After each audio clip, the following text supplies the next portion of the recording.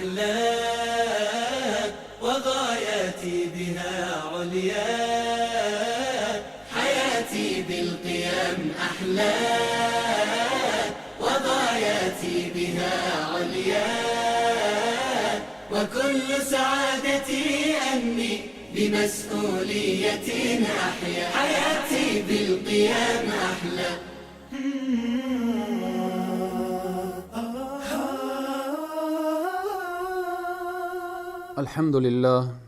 الحمد لله الذي هدانا لهذا وما كنا لنهتدي لولا أن هدانا الله، والصلاة والسلام على رسوله محمد وعلى آله وأصحابه ومن والاه. قال الله تبارك وتعالى في القرآن العظيم: فأعوذ بالله من الشيطان الرجيم، وأتموا الحج والعمرة لله. وأيضا قال الله تبارك وتعالى: الحج أشهر معلومات، فمن فرض فيهن الحج فلا رفث ولا فسوق ولا جدال في الحج. صدق الله العظيم. قال النبي صلى الله عليه وسلم: الحج المبرور ليس له جزاء إلا الجنة. متفق علیه. خدمت همه عزیزان و بزرگواران، السلام علیکم و رحمت الله تعالی و برکاته. همه شما عزیزان را در برنامه آداب اسلامی خوش آمدید میگویم.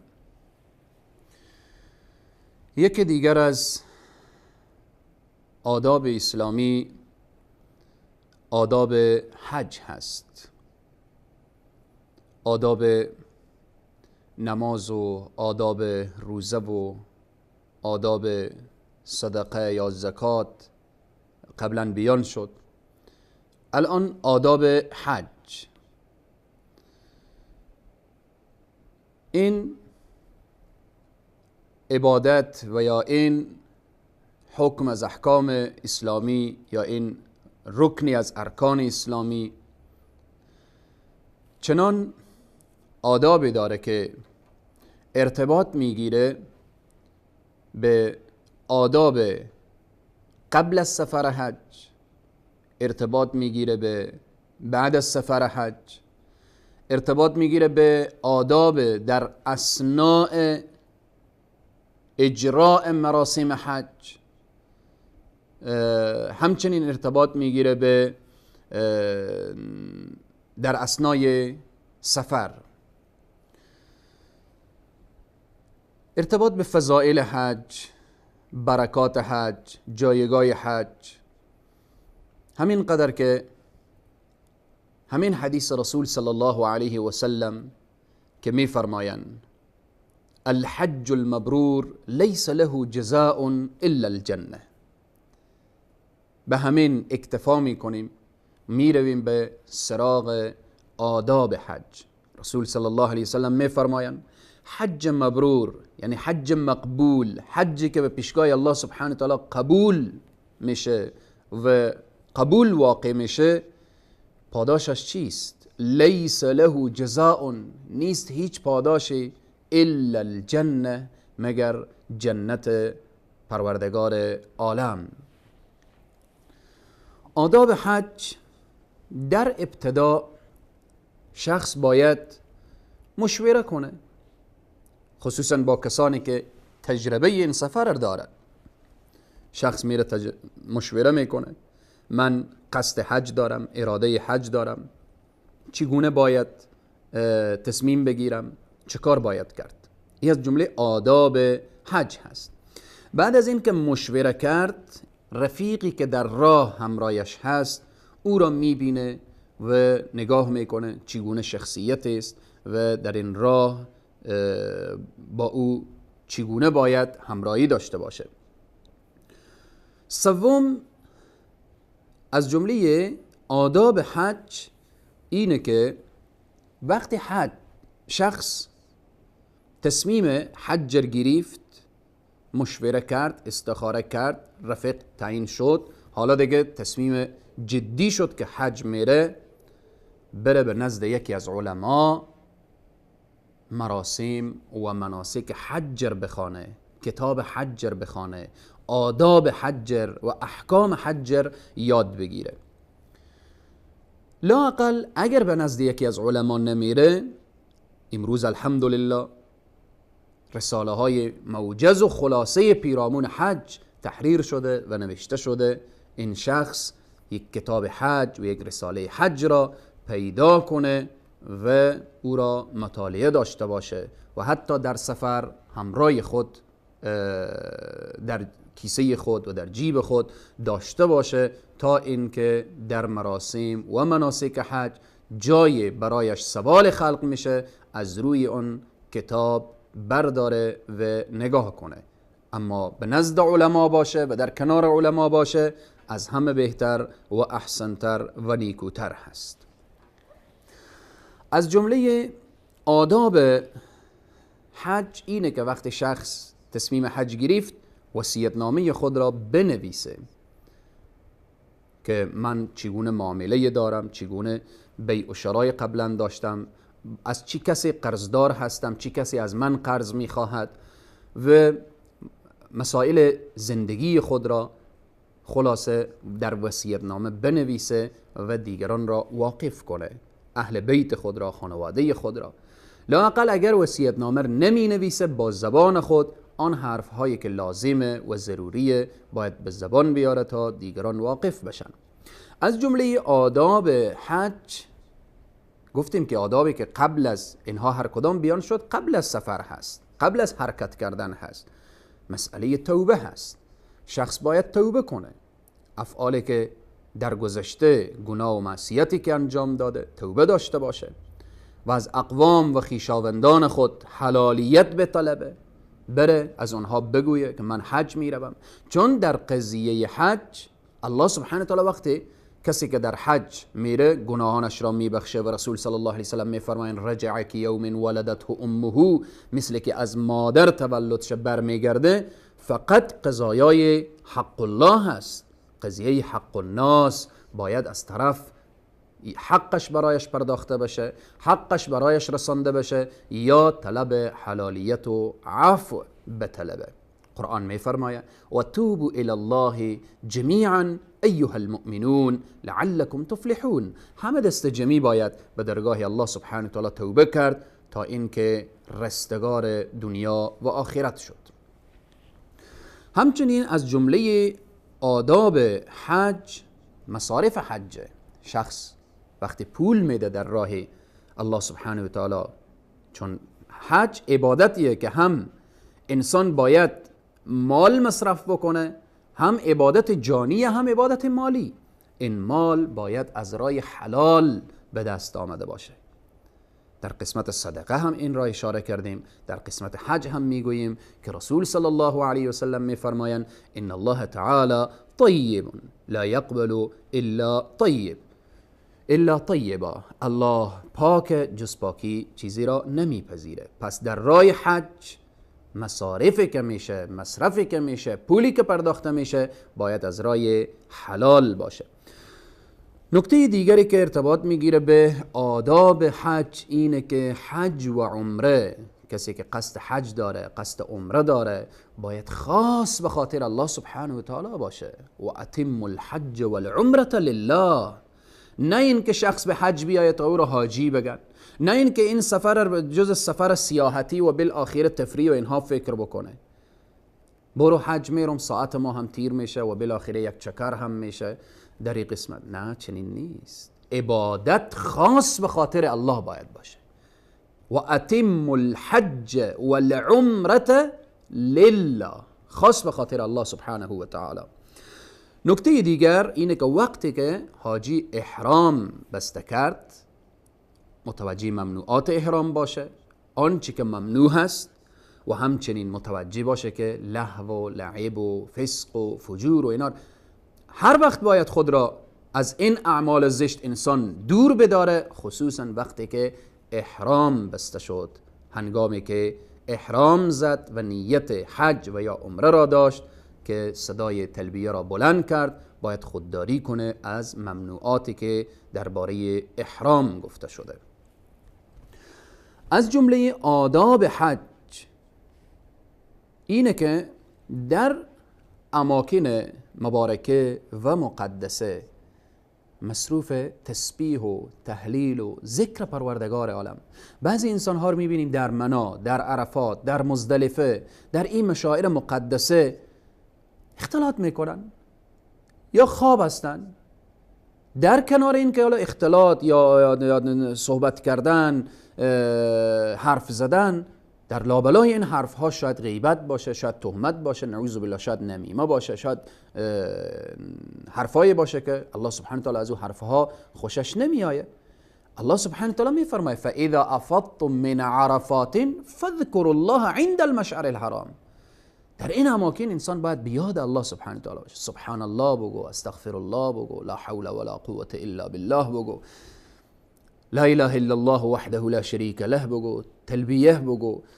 پس کام و زبان حاجی در اماکن مبارکه و مقدسه و مشاعر باید معطر باشه به ذکر الله سبحانه و تعالی، به تسبیح، به تهلیل، به ذکر و اینها. همچنین از جمله آداب حج اینه که حاجی جماعت از پیشش ترک نشه که در مکه مکرمه که هر رکعت نماز 100,000 رکعت، فضیلت جماعت چقدر هست، این جمعیت مسجد الحرام جمعیت کثیر را از دست بده، در کوچه و بازار دنبال این و اون یا در دشت و کوه و بیابان به این طرف و آن طرف بگرده. از جمله آداب حج اینه که جماعت هر وقت انسان باید تلاش بکنه که جماعت را از دست نده، خصوصا در وقتی که عازم سفر حج شده.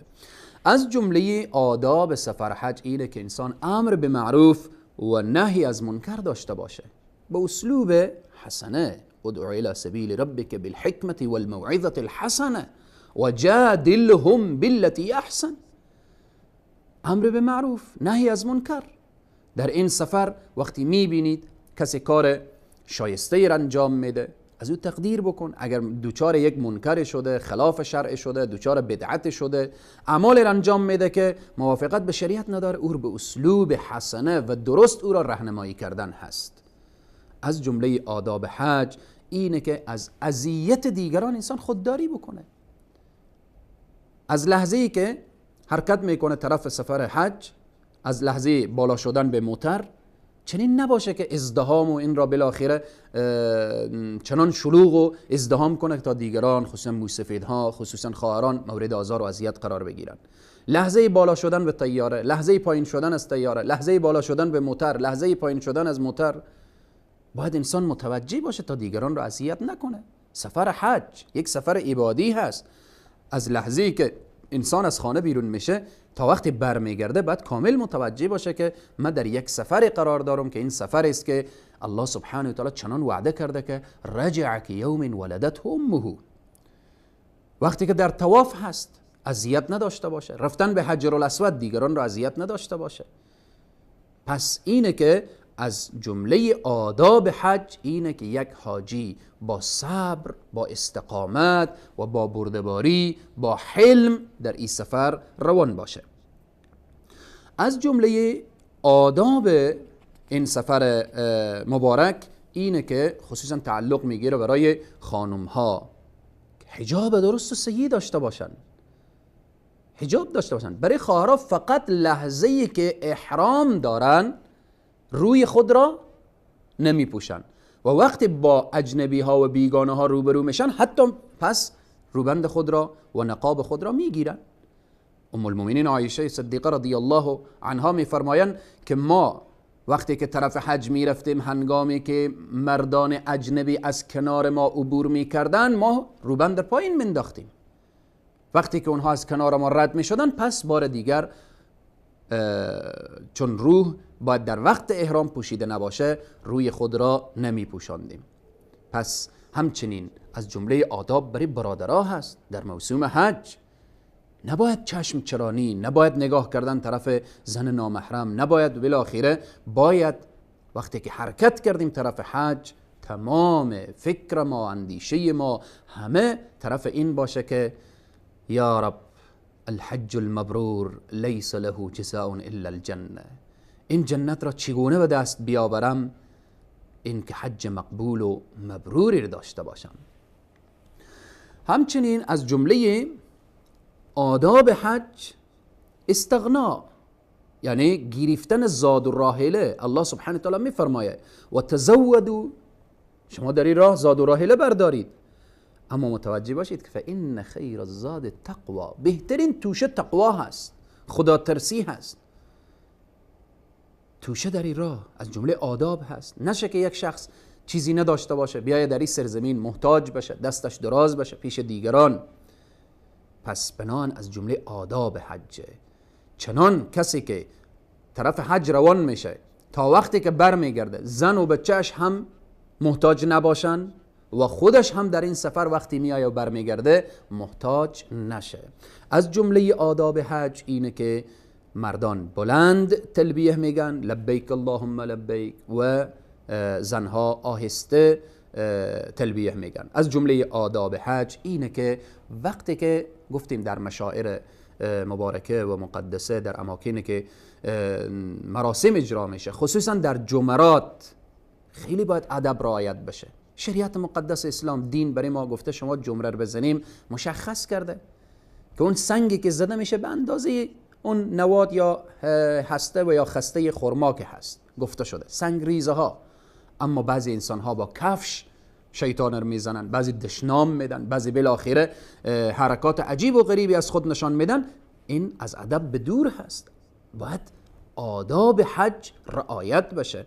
و همچنین وقتی که حاجی بر میگرده از سفر حج، به اینه که باز هم دیگران را اذیت نکنه، متوجه باشه. قضیه گل زدن موتر هیچ جایگاهی به دین نداره. قضیه پهن کردن سفره‌های عجیب و غریب هیچ جایگاهی نداره. قضیه این که شخص وقتی طرف خانه خود میره اول میره در یکی از زیارت‌ها و قبرستان‌ها هیچ اصل شرعی نداره. اینها باید متوجه باشه. اینها از ادب به دور است. اینها جز آداب اسلامی نیست. پس بناهن باید آداب حج را رعایت کرد. و همچنین از جمله آداب حج اینه که خواهر مسلمان وقتی تصمیم حج میگیره باید در این سفر محرم همراهش باشه. و آخرین ادب از آداب حج اینه که حاجی حج خود را حفظ بکنه. چگونه؟ وقتی در اینجا آمد توبه کرد، وقتی آمد گناهانش بخشیده شد، وقتی بر میگرده او جایگاه خود را و او عظمت و بزرگی که خدا برایش داده حفظ بکنه. یعنی دیگه رجوع به گناه و معصیت نداشته باشه، تا اینکه دیگران بفهمن و بدانن که حقیقتا مکتب حج، مدرسه حج چنان برایش تأثیر گذاشته که واقعا دیگران علاقمند حج و علاقمند سرزمین وحی بشن، تا اینکه این شخص برای دیگران اسوه و الگوی حسنه برای دیگران باشه، که نشان بده که من او شخصی که دیروز قبل از حج بودم امروز نیستم. قبل از حج دروغ میگفتم امروز نمیگویم. قبل از حج غیبت داشتم امروز ندارم. قبل از حج اگر تهمتی داشتم امروز ندارم. قبل از حج گناه و معصیت داشتم امروز ندارم. قبل از حج بد اخلاق بودم امروز الحمدلله خوش اخلاق هستم. این آداب حج هست که یک انسان مؤمن و مسلمان باید رعایت کنه. آداب حج که رعایت شد، حج میشه که مقبول و مبرور میشه، پاداشش جنت هست. الله برای همه حجاج عزیز ما حج مقبول و مبرور عنایت بفرمایه، و آنهایی که تصمیم و اراده دارن آداب حج عنایت بفرمایه، و آنهایی که زاد و راحله این سفر را ندارن الله سبحانه تعالی سببی بسازه که همه عزیزان عازم سفر بیت الله الحرام بشن. تا برنامه بعد شما عزیزان را به خداوند کریم و رحیم می سپارم. و السلام علیکم و رحمت الله تعالی و برکاته.